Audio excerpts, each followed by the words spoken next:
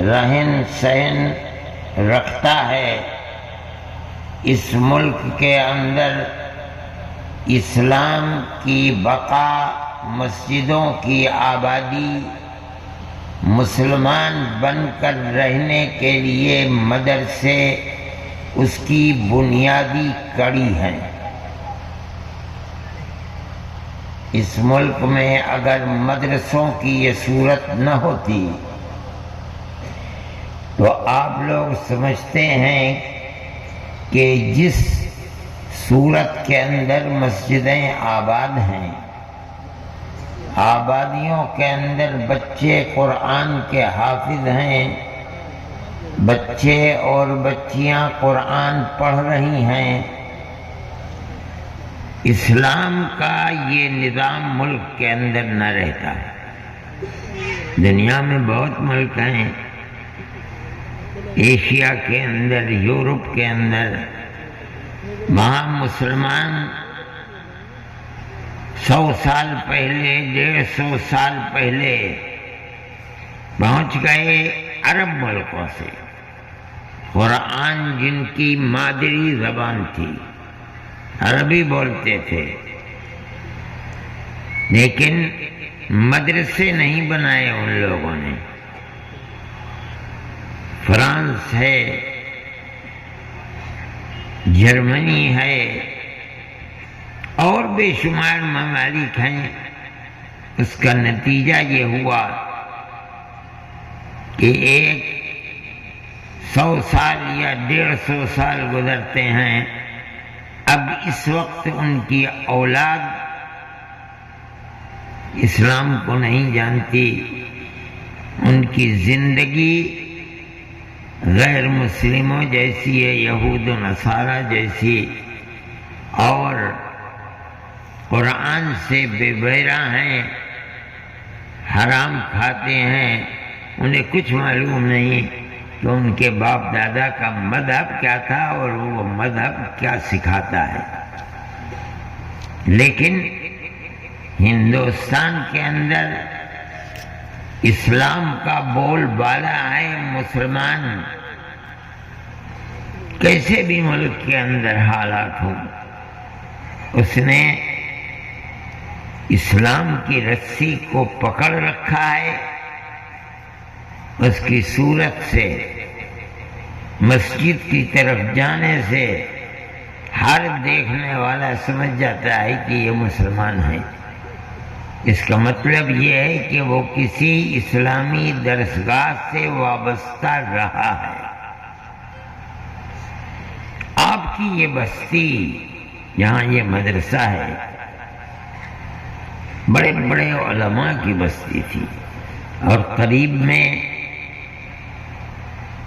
گنگو ہے، تھانہ بھون ہے، نانوتا ہے، یہ جتنے مدرسے پرانے آپ کو نظر آ رہے ہیں، یہیں کے علماء اور اکابر کا چرچا ساری دنیا تک پہنچا ہے، اور سبب اس کا مدرسے ہیں۔ ہمارے دیکھتے دیکھتے اس آپ کے قصبے کے اندر علماء کا چرچا ختم ہو گیا۔ جن لوگوں کا ڈنکا دنیا میں بجتا تھا، سبھی ایک ایک کر کے ختم ہو گئے۔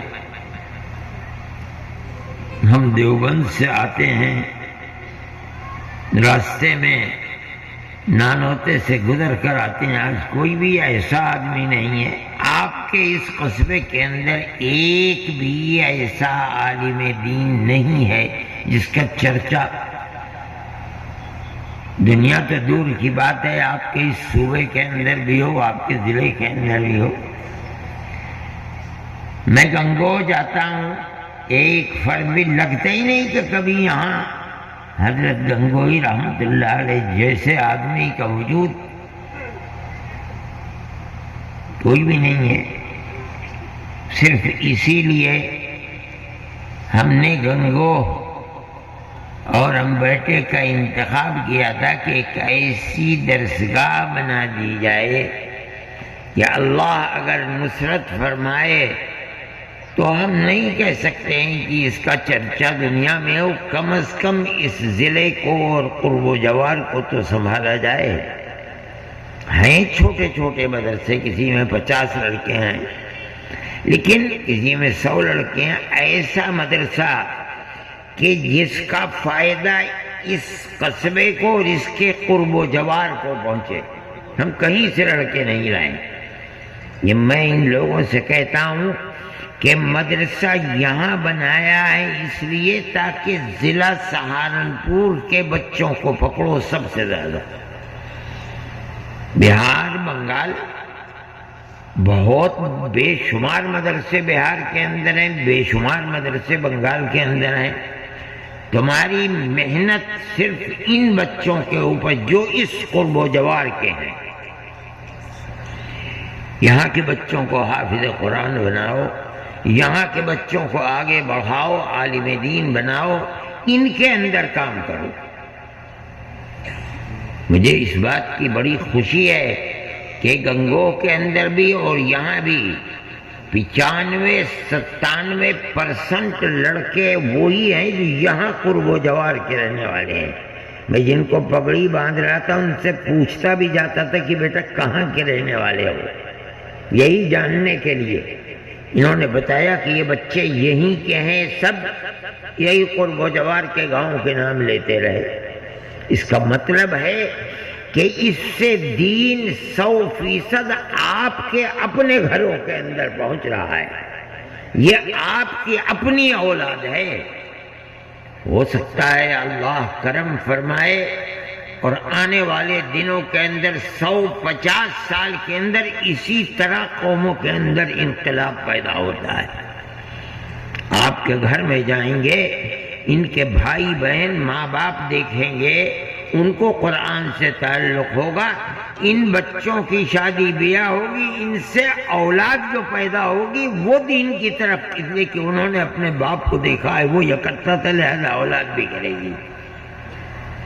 قرآن تو اللہ کی کتاب ہے، کوئی قرآن ہی اللہ کی کتاب نہیں ہے۔ بے شمار انبیاء ہوئے ہیں اور بہت سے انبیاء کے اوپر قرآن کتاب اللہ کی اتاری گئی ہے۔ قرآن کہتا ہے ہم نے حضرت داؤد علی نبینا علیہ الصلاۃ والتسلیم کو زبور دی، وآتینا داؤد الزبورا۔ قرآن کہتا ہے ہم نے حضرت موسیٰ کو تورات دی، وہ بھی اللہ کی کتاب ہے۔ حضرت عیسیٰ کو انجیل دی، وہ بھی اللہ کی کتاب ہے۔ ہمارے آقا حضرت محمد صلی اللہ علیہ وسلم کو قرآن عطا فرمایا، وہ بھی اللہ کی کتاب ہے۔ مگر اللہ نے کسی کتاب کی حفاظت کی ذمہ داری خود اپنے اوپر نہیں لی۔ قرآن کہتا ہے بِمَا اسْتُحْفِظُوا مِنْ کتاب اللہ، وہی علماء جو پڑھتے پڑھاتے تھے انہی پر ذمہ داری دی گئی کہ اللہ نے یہ کتاب دی ہے، تمہارے اوپر ذمہ داری ہے تم اس کی حفاظت کرو۔ حفاظت نہیں کر سکے، 2-4 نسلیں 5-10 نسلیں چلی، اللہ کی کتاب کی حفاظت نہیں ہو سکی، اس کے اندر کمی اور زیادتی ہونے لگی۔ ایک کتاب صرف قرآن ہے، 1400 سال پہلے جیسی تھی آج بھی ویسی ہی ہے، ایک بھی زیر و زبر کا فرق نہیں ہے۔ اور اللہ نے حفاظت فرمائی، اس کا کیا مطلب ہے؟ یہ نہیں کہ آسمان سے فرشتے اتارے جائیں گے وہ حفاظت کریں گے، نہیں، اللہ تعالی اپنے بندوں کے دلوں میں ڈالتے ہیں کہ حفاظت کرنے کے لیے اپنی اولاد کو قرآن سے وابستہ کر لو، یہ ہے طریقہ۔ اگر آپ اپنے بچے کو اسکول کے اندر بھیج دیتے، بی اے کر رہا، انجینئر بن جاتا، ڈاکٹر بن جاتا، لاکھوں کروڑوں روپے کماتا، اسی دنیا میں آپ اپنے بچے کو اسکول میں نہ بھیج کر مدرسے میں بھیجتے ہو حفظ قرآن کے لیے، اور یہ سمجھتے ہو کہ یہ بچہ حافظ ہو جائے گا، اپنی آخرت بھی آباد کرے گا اور ہماری آخرت بھی آباد ہو جائے گی۔ لوگ یہ کہتے ہیں ارے بھائی ہمارے بچے حافظ ہیں، ہماری تمنا ہے جب موت آئے تو یہ بچے اپنے ہاتھ سے ہمیں اپنے قبر کے اندر رکھ دیں، ہماری مغفرت ہو جائے گی۔ یہ اللہ کی کتاب کی وہ اہمیت ہے کہ اللہ خود محافظ ہے۔ اس کا مطلب ہے کہ اللہ اپنے نیک بندوں کے دلوں میں ڈالتا ہے کہ اپنے بچوں کو حفظ قرآن پر لگاؤ۔ یہ بچے آپ کے سامنے بیٹھے ہوئے، میں کہتا ہوں بہت بڑی بڑی امتیں ہیں، حضرت عیسیٰ علیہ نبی جناب علیہ الصلاۃ والتسلیم کی امت ہے جنہیں ہم عیسائی کہتے ہیں۔ دنیا میں مسلمانوں سے زیادہ ہیں عیسائی، مسلمان اس کے بعد ہے، اور یہودی اس سے بعد ہے، وہ تو بہت کم ہے۔ لیکن آپ اگر چراغ لے کر ڈھونڈیں کہ کوئی عیسائی انجیل کا حافظ مل جائے، آپ کو کوئی حافظ نہیں ملے گا۔ کتاب بھی موجود ہے، اس کتاب کے ماننے والے بھی مسلمانوں سے زیادہ موجود ہیں دنیا کے اندر، اور جن کو سپر پاور دنیا میں کہا جاتا ہے وہ ہیں عیسائی۔ لیکن آپ چاہے جہاں چلے جائیے آپ کو کوئی انجیل کا حافظ یا کوئی یہودی تورات کا حافظ نہیں ملے گا۔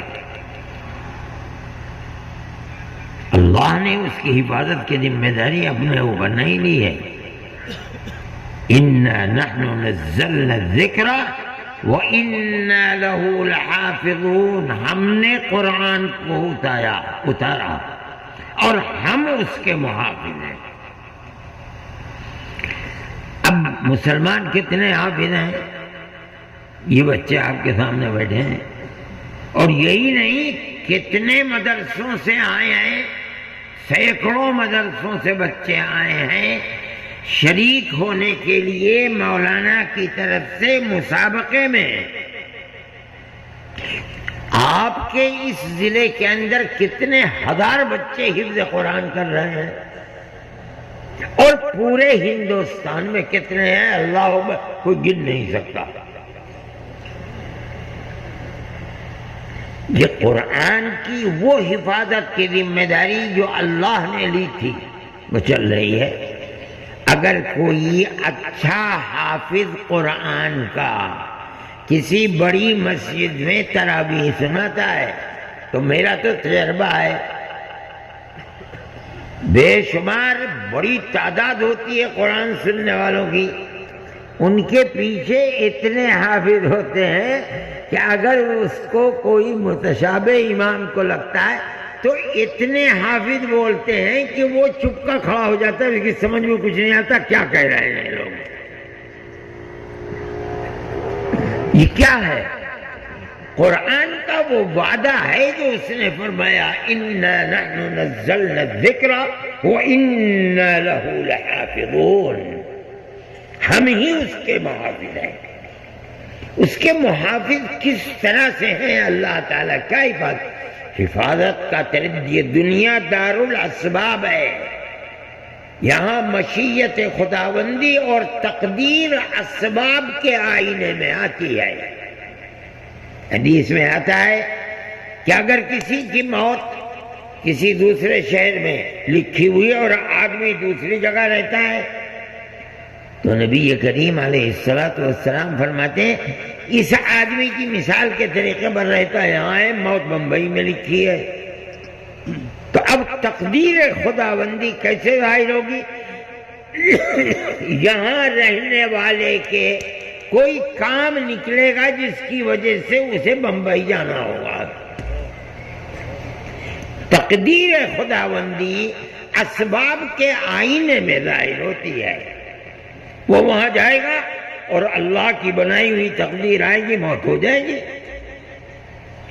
اللہ نے حفاظت کی ذمہ داری لی ہے، اب وہ اپنے بندوں کے دلوں میں ڈالتا ہے کہ قرآن سکھلاؤ، بچے کو قرآن سیکھو۔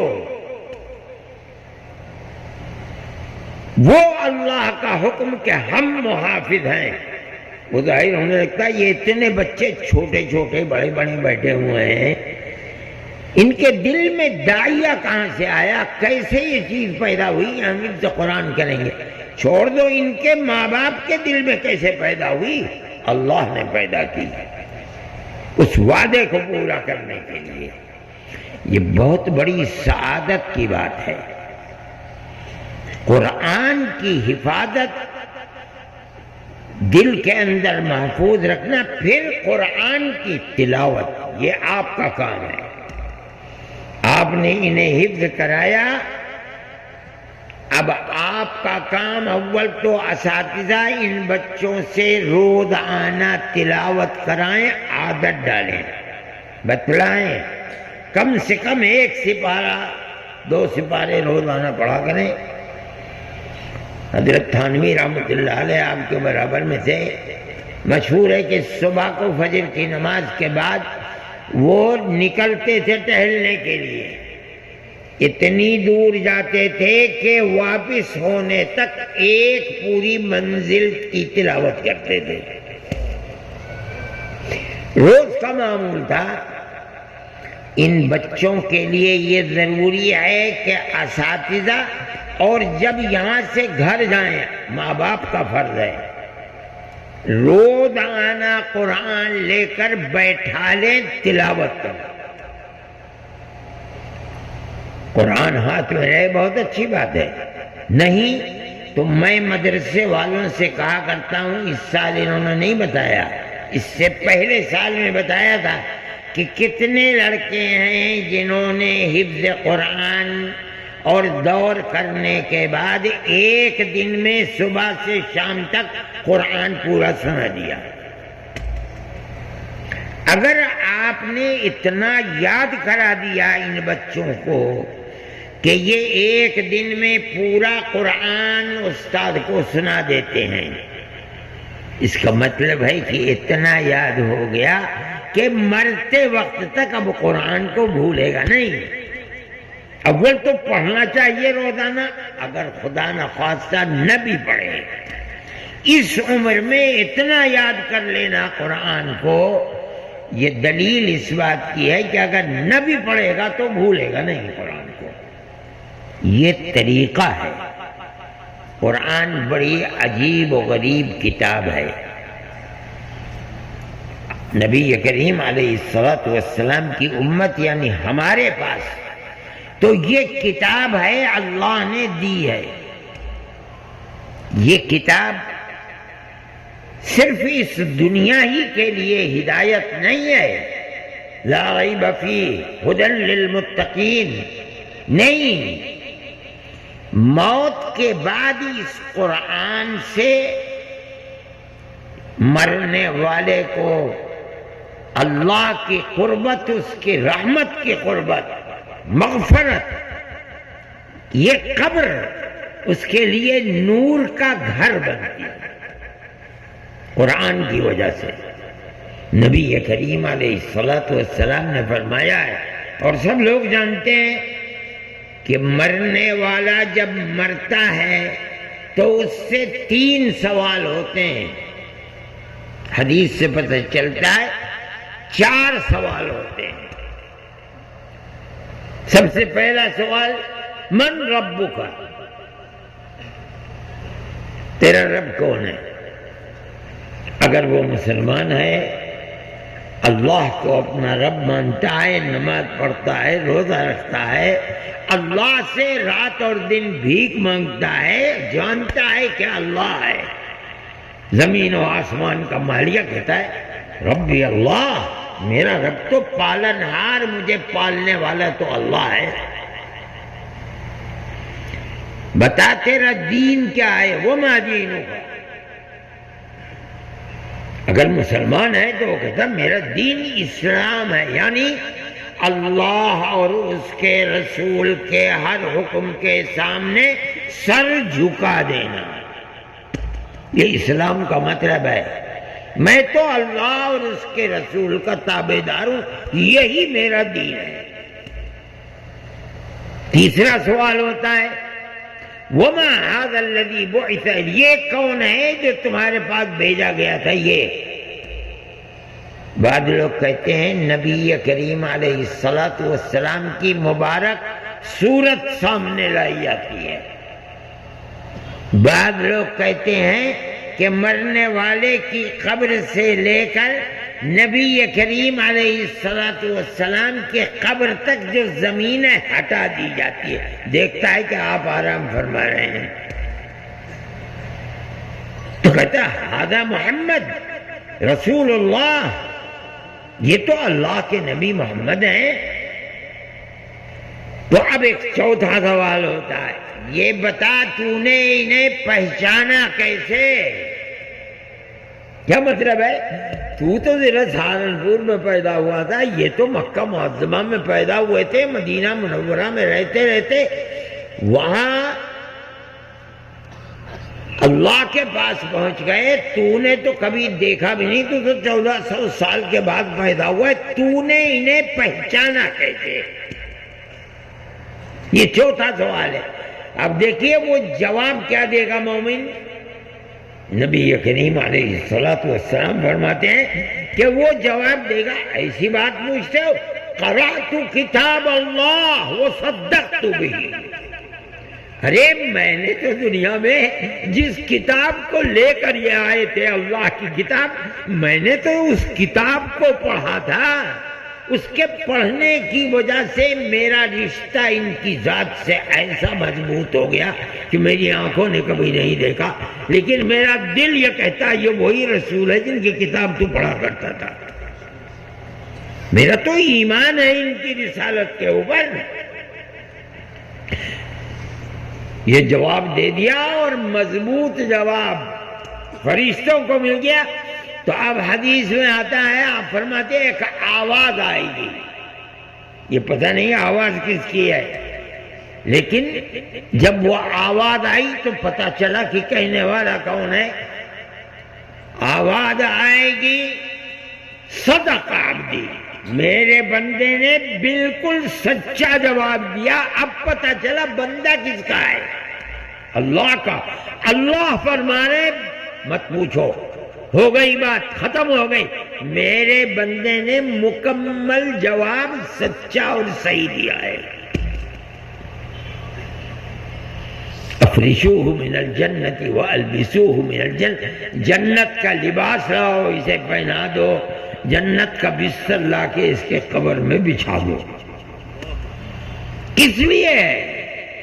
قرآن پڑھتا تھا، اس پر ایمان لایا تھا، اس کے ایمان کا صدقہ یہ ہے، قرآن پڑھنے کا صدقہ یہ ہے کہ قبر کی منزل تو اس کی آسان ہو گئی، ختم، پوری آخرت ختم، قیامت کے دن اس کو کوئی پریشانی نہیں ہوگی۔ یہ تو متقی ہے۔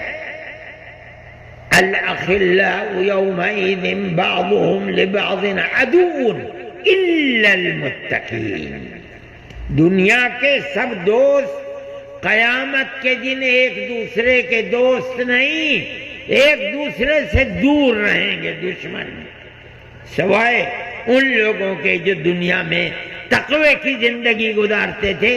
قیامت کے دن کی بھیانک تصویر بھی ان کے دلوں کو مطمئن رکھے گی، ان کے لیے کوئی پریشانی نہیں ہے۔ یہ قرآن پڑھنے کی بدولت ان کی آخرت آباد ہوگی۔ میرے بھائی، آپ حضرات کو بہت بڑا یہ مسابقہ ہے، اور اس مسابقے کی وجہ سے جہاں ان حضرات کی محنت اور کوشش سامنے آتی ہے، وہاں یہ بات بھی سامنے آتی ہے، اور بڑی خوشی کی ہے کہ بے شمار مدارس جگہ جگہ، گاؤں در گاؤں قرآن کی تعلیم کا کام کر رہے ہیں، اور محنت اور لگن کے ساتھ کر رہے ہیں، تبھی تو یہ نتیجہ نکل کر سامنے آتا ہے۔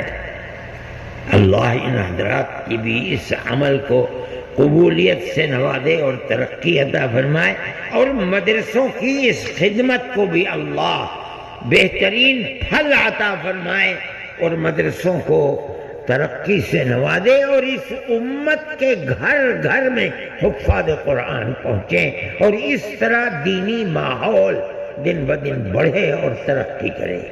دنیا یہ چاہتی ہے، دنیا کہ مسلمان کا رشتہ قرآن سے کسی طرح ٹوٹ جائے، مسجد سے ٹوٹ جائے، یعنی اسلام سے ٹوٹ جائے اگر توڑ سکتے ہیں۔ یہ مدارس جو کسی گورنمنٹ سے امداد نہیں لیتے، آپ لوگوں کی حلال کمائی سے چلتے ہیں۔ ان کے اصول میں لکھا ہے کہ کسی حکومت سے امداد نہیں لی جائے گی، اور جو لیتے ہیں امداد حکومت سے برباد ہو جاتے ہیں۔ آسام میں لیا کرتے تھے، سب گورنمنٹ نے بند کر دی ہے۔ جمعیت علماء کی تو یہ تحریک ہے کہ ہم لوگوں سے کہتے ہیں کہ رکشہ چلانے والا اگر 2 آنے 2 پیسے دیتا ہے، اللہ کا شکر ادا کرو، شکریہ ادا کرو، لے لو۔ گورنمنٹ کی امداد سے چلاؤ گے مدرسے بند ہو جائیں گے۔ لیکن آپ ہی لوگ مدرسے کو چلاتے ہیں، آپ ہی لوگ جو اللہ آپ کو کھیتی باڑی میں کاروبار میں دیتا ہے، آپ مدرسوں کو دیتے ہو، اور فائدہ اس کا یہ بھی آپ ہی کے گھروں میں پہنچ رہا ہے۔ یہ بچے آپ ہی کے جو بچے ہیں، میں کہتا ہوں کہ ہماری آپ سے 1 پیسے کی بھی چندے کی اپیل نہیں ہے۔ ہمارا چندہ یہ ہے کہ بھائی اپنے بچوں کو مدرسے میں بھیجو، یہ ہمارا چندہ ہے۔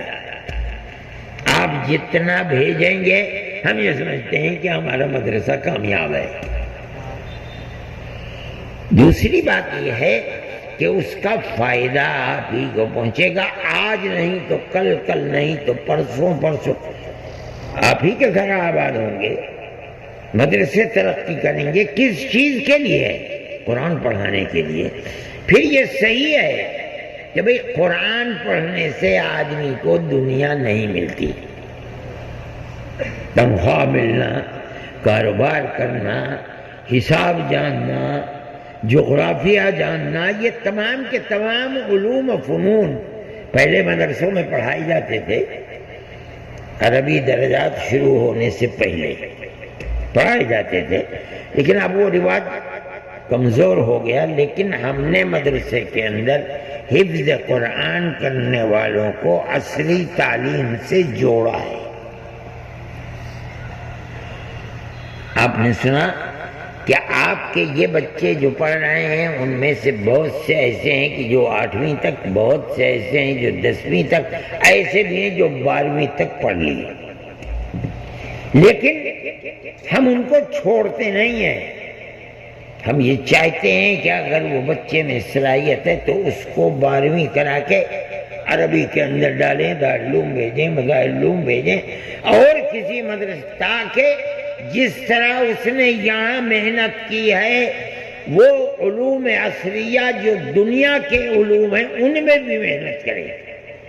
فارغ ہونے کے بعد اللہ نے کیا فرمایا قرآن میں، اللہ کے نبی نے کیا ہدایت دی حدیث میں، جاننے کے بعد اب اگر وہ ڈاکٹر بننا چاہتا ہے ڈاکٹر بن جائے، انجینئر بننا چاہتا ہے انجینئر، اور مفتی بننا چاہتا ہے مفتی بن جائے، جو جی چاہے کرے، مگر اتنا سیکھ لے، اتنا پڑھ لے کہ کل موت کے وقت یہ جانے کہ وہ کون ہے، اور زبان اور دل سے لا الہ الا اللہ محمد رسول اللہ کہہ کے مرے۔ مدرسوں کا یہی مقصد ہے اور کچھ نہیں۔ میرے بھائی، میں تو آپ کا بہت شکر گزار ہوں کہ آپ اپنے بچوں کو بھیجتے ہیں، مگر جتنے بچوں کو مدرسوں میں بھیجتے ہو اس سے زائد بھیجو۔ یہ کوئی چیز نہیں ہے کہ آپ دنیا کے علوم نہ پڑھائیں، ہم اس کے مخالف نہیں ہیں۔ آپ پڑھائیے، پہلے اس کو پڑھائیے۔ یہ تمام جو مسابقات کی کوشش ہے وہ یہی ہے کہ بچے یہ پڑھیں، پڑھنے کے بعد کیا پڑھتے ہیں، کالج کے اندر جو چاہیں پڑھیں، ہم اس کے مخالف نہیں ہیں۔ اپنی دنیا اور آخرت کو آباد کر لو، اپنی روح کا تعلق اللہ کی کتاب اور رسول اللہ کے فرمان حدیث سے کر لو۔ اس کے بعد دنیا کھلی ہوئی ہے، ہم بھی آپ کے مددگار ہیں، ہم آپ کے بچوں کو 12ویں تک 10ویں تک پڑھائیں، یہاں بھی اور گنگوں میں بھی، آپ جہاں چاہیں وہاں بچے پڑھوائیں، بہت خوشی کی بات ہے۔ آپ نے دیکھا کہ آپ کے بچے دارالعلوم میں اول نمبر آئے، ہم نے جو یہاں اساتذہ رکھے ہیں وہ بھی ایسے ہیں جو دارالعلوم کے اندر بڑے امتیازی نمبرات سے پاس ہوئے تھے، دارالعلوم میں ٹریننگ دی انہیں پڑھانے کی، وہ یہاں آگے پڑھا رہے ہیں۔ یہ جو آپ کے بچے دارالعلوم میں پوزیشن لے کر کے کامیاب ہو رہے ہیں، وہ در حقیقت انہی لوگوں کی تعلیم کا نتیجہ ہے۔ جس طرح پڑھانا چاہیے محنت کر کے عربی کو اس طرح پڑھاتے ہیں، ان بچوں کے مزاج کے اندر تعلیم گھر کر جاتی ہے، پھر وہ دارالعلوم میں جاتے ہیں تو اعلیٰ نمبرات سے پاس ہوتے ہیں، نکل کر کے میدان میں آئیں گے، جس مدرسے میں بیٹھیں گے اسے 4 چاند لگائیں گے۔ یہی تو سلسلہ ہے کامیابی کا۔ میرے بھائی، میں بہت ممنون ہوں آپ سب کا بھی، اور سب سے پہلے مولانا حذیفہ صاحب کا، ان کے ساتھیوں کا، جنہوں نے یہاں رہ کر قرب و جوار کے مدارس کے اندر قرآن کو اس طرح پڑھنے کا جس طرح اللہ کے نبی حضرت محمد صلی اللہ علیہ وسلم پڑھتے تھے۔ یہ جو کہتے ہیں کہ تجوید تجوید تجوید کے ساتھ پڑھو، تجوید کے مقصد کیا ہے؟ بڑے بڑے تجوید کے امام کہتے ہیں کہ تجوید کیا چیز ہے؟ ہم قرآن کو تجوید کے نام سے اس طرح پڑھاتے ہیں جس طرح 1400 سال پہلے رسول اللہ صلی اللہ علیہ وسلم پڑھتے تھے۔ یہی تجوید کی روح ہے، ورنہ تجوید کیا ہے؟ مولانا نے جو سلسلہ قائم کیا ہے کہ قرآن صحیح طریقے پر پڑھو، کیا مطلب؟ اس طرح پڑھو جیسے عربی میں قرآن ہے، عرب کے لوگ پڑھتے ہیں، اور بنیاد جیسے ہمارے آقا حضرت محمد صلی اللہ علیہ وسلم پڑھا کرتے تھے۔ ویسے نہیں پڑھتے تھے کہ بس یعلمون تعلمون سنتے رہو اور اس کے بعد سب غائب بیچ میں، نہیں، حرفن حرفن ایک ایک لفظ الگ الگ ہوتا تھا۔ جس طرح عربی میں پڑھا جاتا ہے اسی طریقے پر پڑھتے تھے، اسی کا نام تجوید ہے۔ یہ تو بڑی عجیب و غریب چیز ہے کہ آپ مختلف مدارس کے بچوں کو جمع کرتے ہیں، تلقین کرتے ہیں، صحیح پڑھاؤ قرآن، کیا مطلب؟ اس طرح پڑھاؤ جیسے وہ ذات والا صفات جس پر اللہ نے قرآن کو اتارا تھا، وہ جس طرح ترتیل کے ساتھ قرآن، تم اسی طرح قرآن پڑھاؤ، پھر ان لوگوں کو انعام دیا جاتا ہے، ساری دنیا کے سامنے پیش کیا جاتا ہے۔ اس لیے زیادہ سے زیادہ مدارس کو اس سلسلے کے اندر کوشش بھی کرنی چاہیے۔ اللہ تعالی تمام مدارس کو ترقی عطا فرمائے، ہمارے ان مدرسوں کو بھی ترقیات سے نوازے، اور دین کی خدمت اور قرآن شریف کی خدمت کرنے کی صحیح توفیق عطا فرمائے۔ ایسے علماء کو یہ مدارس پیدا کریں کہ جیسے جیسے قیامت قریب آئے گی ویسے ویسے دین کمزور ہوتا جائے گا۔ اللہ ایسے افراد کو پیدا کرے جو کمزور ہوتے ہوئے دین کو اوپر بڑھائیں، انہیں ترقی دلائیں، اور اس طرح ہمارا یہ فرض ہے، قیامت تو آنی ہے، لیکن ہمارا یہ فرض ہے کہ ہم اس قیامت سے پہلے بجائے اس کے کہ دین کمزور ہو، ہمارے اوپر فرض یہ ہے کہ ہم اس دین کو طاقتور بنائیں. اللہ جو چاہے گا وہ تو ہو ہی گا. ہم اس کے مکلف ہیں اللہ کی طرف سے کہ ہم جو قیامت کے وقت میں حالات آئیں گے. آپ نے سنا ابواب فتن اور فتنے کا زمانہ. یہ نہیں، فتنہ کہا جاتا ہے وہ نشانیاں جو قیامت جیسے جیسے قریب آتی ہے، وہ نشانیاں قیامت کی جو ظاہر ہوتی ہیں، انہی کو حدیث میں ابواب فتن، انہی نشانیوں کو بیان کیا جاتا ہے. صحیح ہے، قیامت آئے گی. ہمارا فرض یہ ہے کہ ہم ان اسباب قیامت کا مقابلہ کریں. اللہ جو چاہتا ہے وہ کرتا ہے. ہمارا فرض کیا ہے کہ ہم حالات کو خراب نہ ہونے دیں. ہم کتنا کامیاب ہوتے ہیں، ناکام ہم نہیں جانتے. قیامت کے آنے کی سب سے پہلی نشانی خود ہمارے آقا حضرت محمد صلی اللہ علیہ وسلم کا تشریف لانا ہے. ان سے لوگوں نے کہا کہ اگر سچے نبی ہو تو چاند کے 2 ٹکڑے کر دو. چاند کے 2 ٹکڑے ہو گئے، ایک ادھر ایک ادھر. قرآن کیا کہتا ہے؟ اقتربت الساعۃ وانشق القمر. لو بھائی قیامت آ گئی، قریب ہو گئی. چاند کے 2 ٹکڑے ہو گئے. مگر یہ نہیں ہے کہ اللہ کا نبی ہاتھ پہ ہاتھ رکھ کے بیٹھ گیا ہوگا بھائی قیامت آ رہی ہو رہی ہے بھائی آ گئی قیامت. نہیں،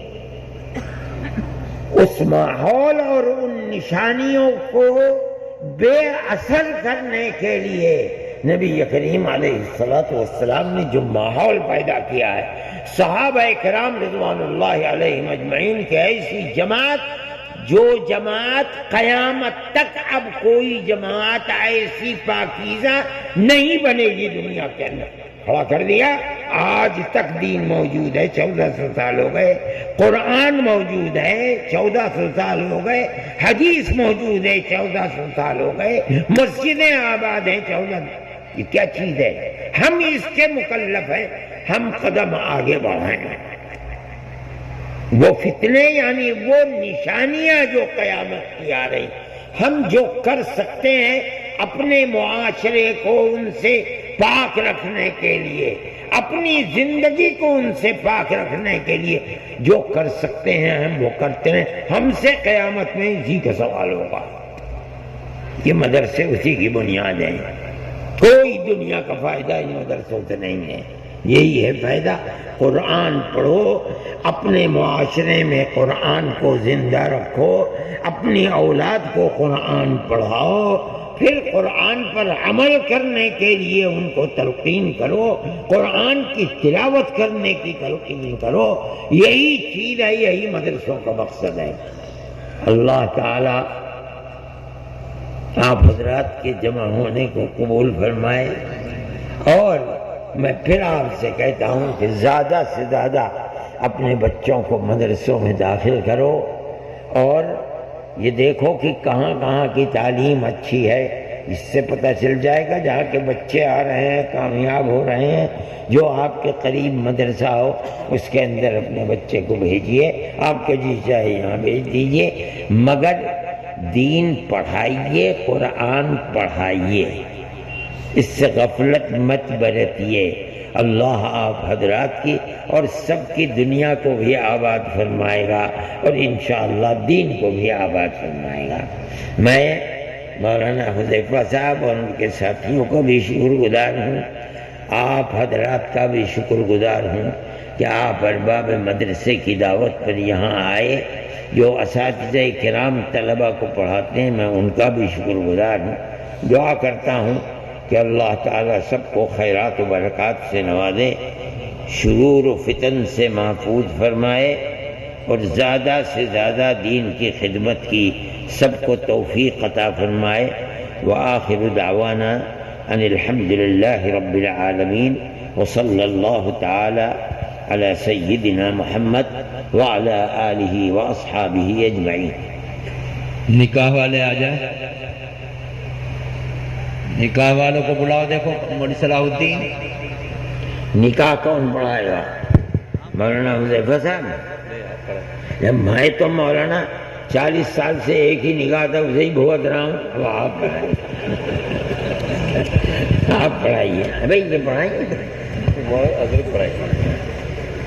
میرے فاطمی تو کہ میرے فاطمی نہیں پڑھائیں گے. حضرت آپ ہی پڑھائیں گے. آپ پڑھائیے بھائی جلدی بلاؤ، آگے آ جاؤ بھائی اسٹیج پہ. 9 بج گئے. وکیل زندہ حسن بن داؤد حسن، گواہ محمد فرقان بن صغیر احمد، نور علی بن محمد صدیق. کہیں کا دو جو بلاؤ بلاؤ جلدی بلاؤ. وکیل کہاں ہے؟ زندہ حسن کہاں ہے؟ تمہارے ابا کا کیا نام ہے؟ فرقان کہاں ہے؟ پیرو. فرقان بن صغیر احمد، نور علی بن محمد صدیق. جلدی فرقان، نور علی فرقان کا جلدی آگے آؤ بھائی. ارے دوسرا کہاں ہے جس کا نکاح ہونا؟ وہ تو کہیں بھاگ گیا. عبد المالک بن حاجی صغیر احمد اور وکیل محمد سرور بن محمد یاسین. فرقان آ گئے. فرقان آ گئے. لڑکا کہاں ہے دوسرا؟